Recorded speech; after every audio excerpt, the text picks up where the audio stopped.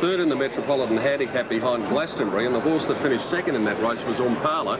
And of course we all know that he came out and ran a mighty race when he finished third in the Melbourne Cup the other day. Irish Rod, he settled outside the lead there, Peter, and he was just beaten off at the 400 metres. He was only beaten 4.6 lengths on that occasion. He's fitter now, so yes, he'll probably give you a run for your money. 3 Bullwinkle Paddy Payne ran a fair race when he finished second to Solo Show in the Quickies at Caulfield over the carnival there. But his fourth in the Werribee Cup, Jen, I thought was just a plodding effort, really. I agree with that, Peter.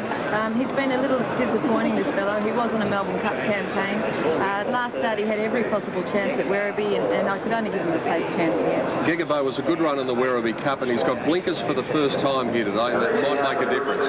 Yes, he's very honest, this fellow. He got back and he put in a nice run at Werribee.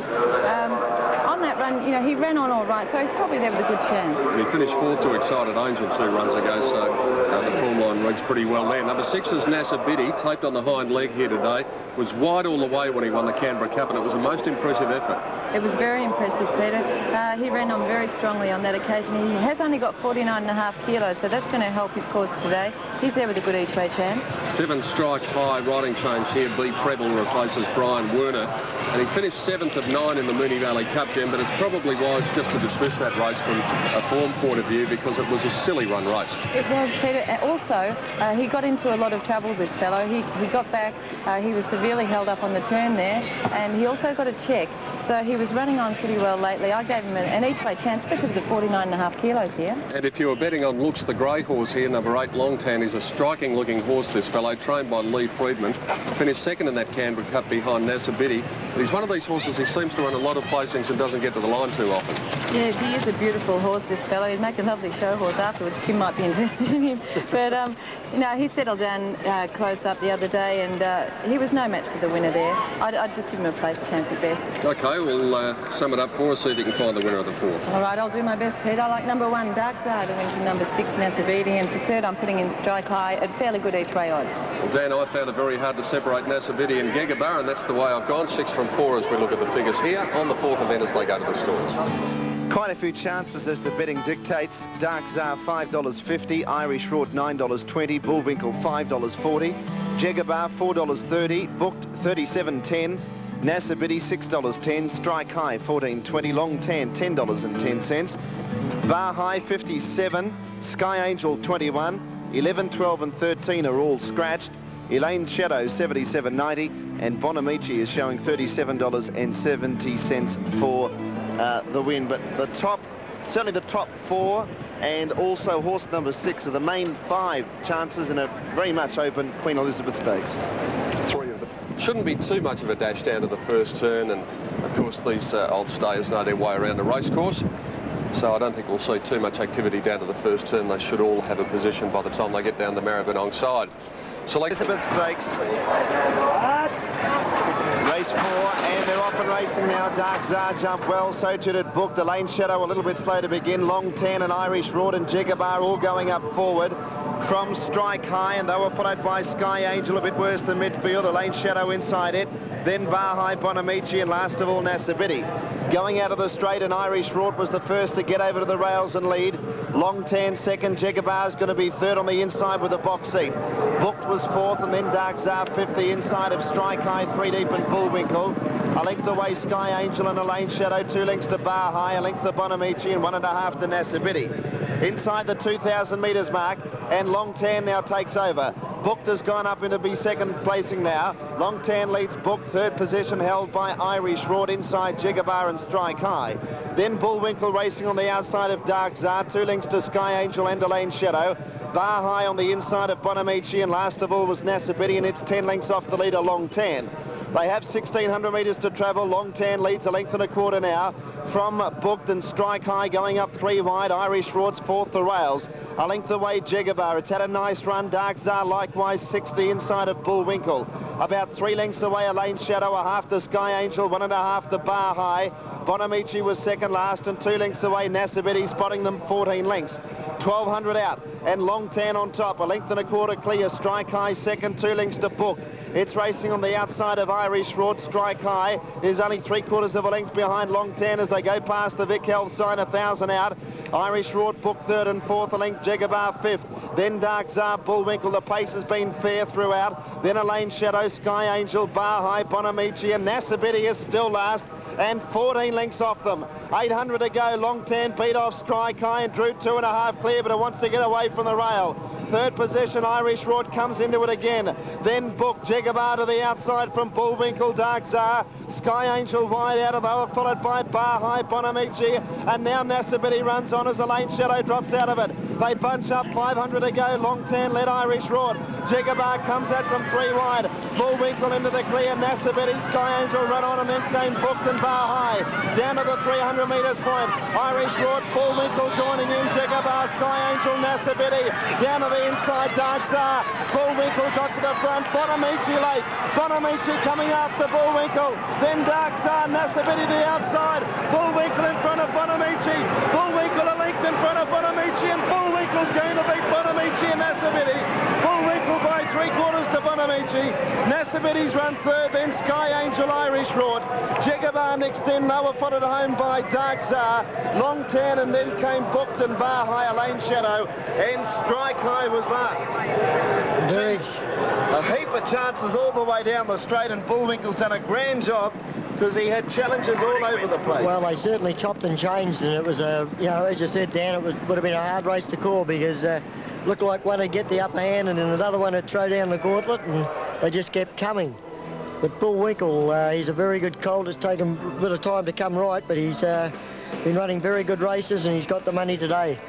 $6.40 and $2.10 approximately for Bullwinkle. Bonamici, $7.40, and Nasabidi a place tote of $2 even. It gave them a big start, but he certainly, when he got into the race, he definitely had his chance. He certainly did, and here's a great shot, and this would be a caller's nightmare, this, down the way they're across the track here.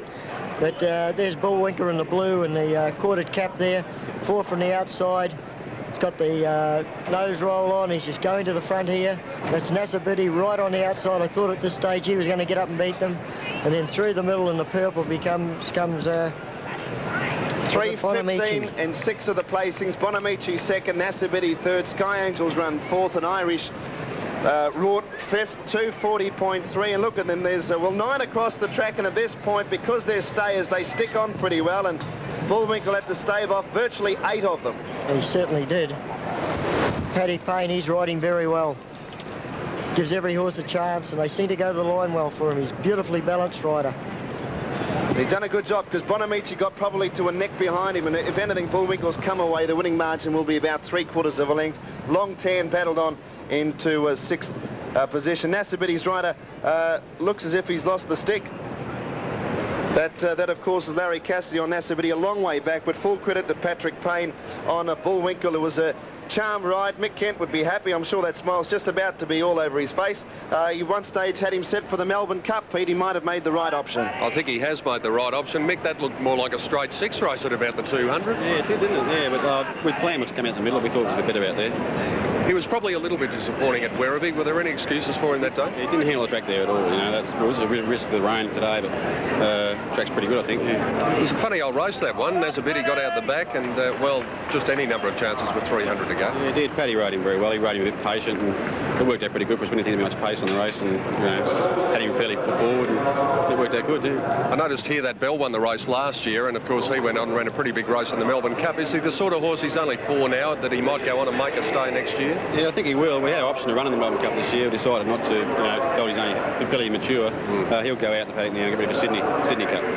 All right, Mick, well done. Congratulations. Mick Kent, the winning trainer in race 4, and that was a good game win by Bullwinkle. As we said, any number of chances, probably 7 or 8 of them at the 200-metre mark, but Bullwinkle outstaying them at the end. Second placing, going to number 15 in the race, and that was Bonamici, ridden by Spike Short, and third was number 6, Nasabidi, coming home very well after being a conspicuous last for most of the trip, ridden by Larry Cassidy.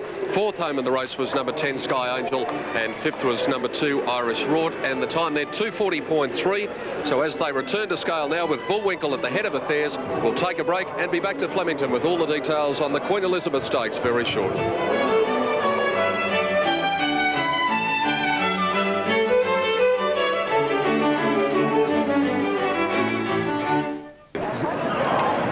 Winkle's win dividend is $6.50. His place dividend $2.10.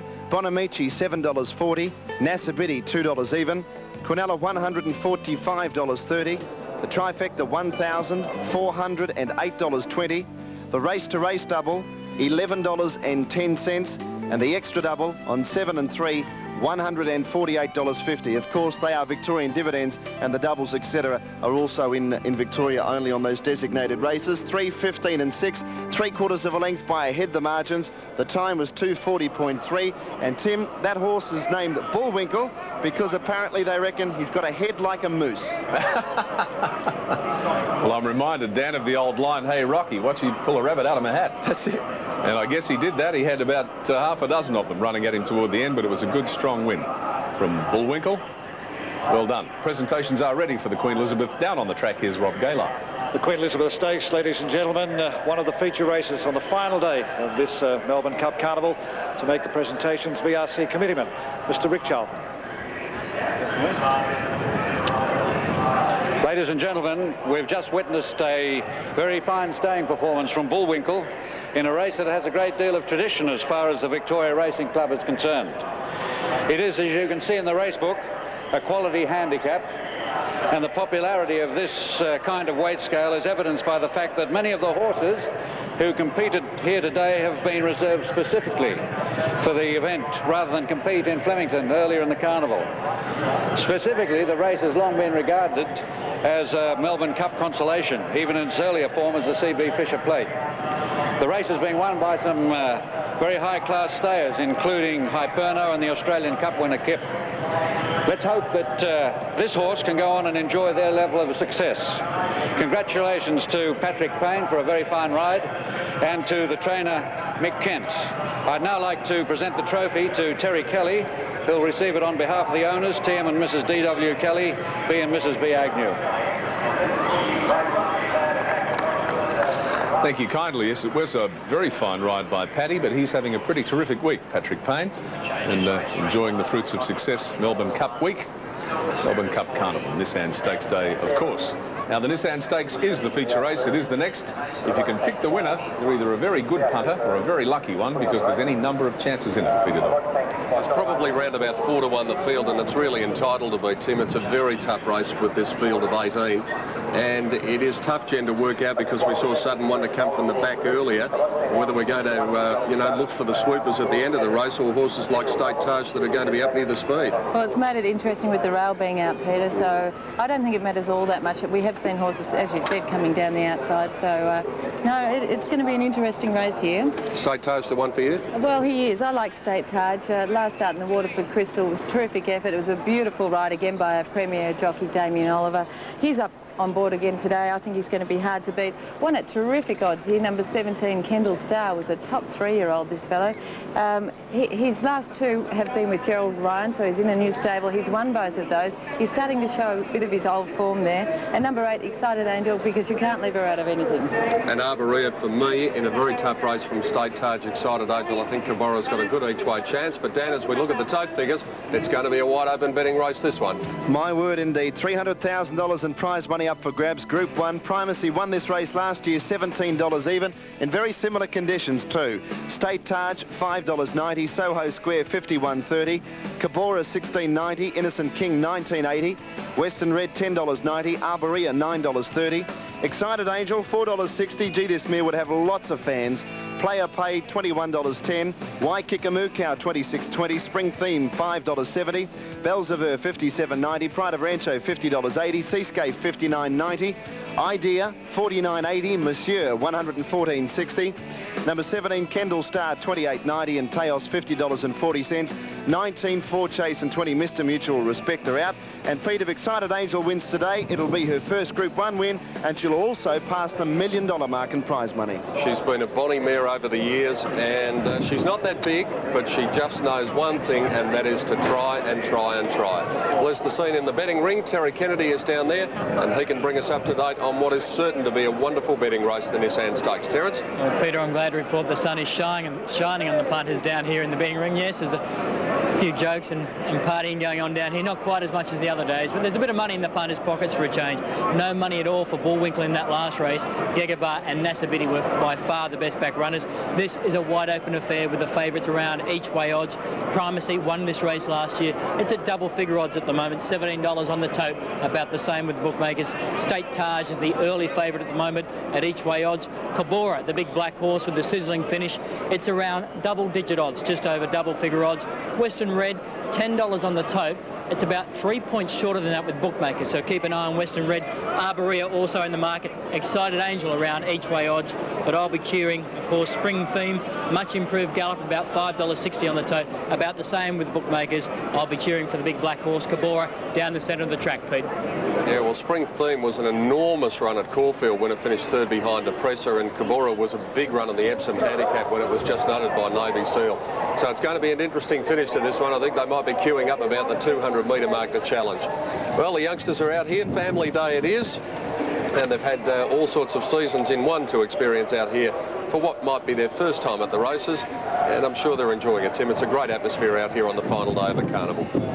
Yeah, thank you, Pete. There was a young lady up in the stand there with a binocs, looking very professional, but she just... Oh, yes, there's Lee. Tell you what, it's not terribly often we can get down to the stalls and see Lee saddling up. Monsieur, that is. I think he's saddling up. Lee Friedman, just helping out his strapper there. And any good trainer will do that just to make sure that everything's right.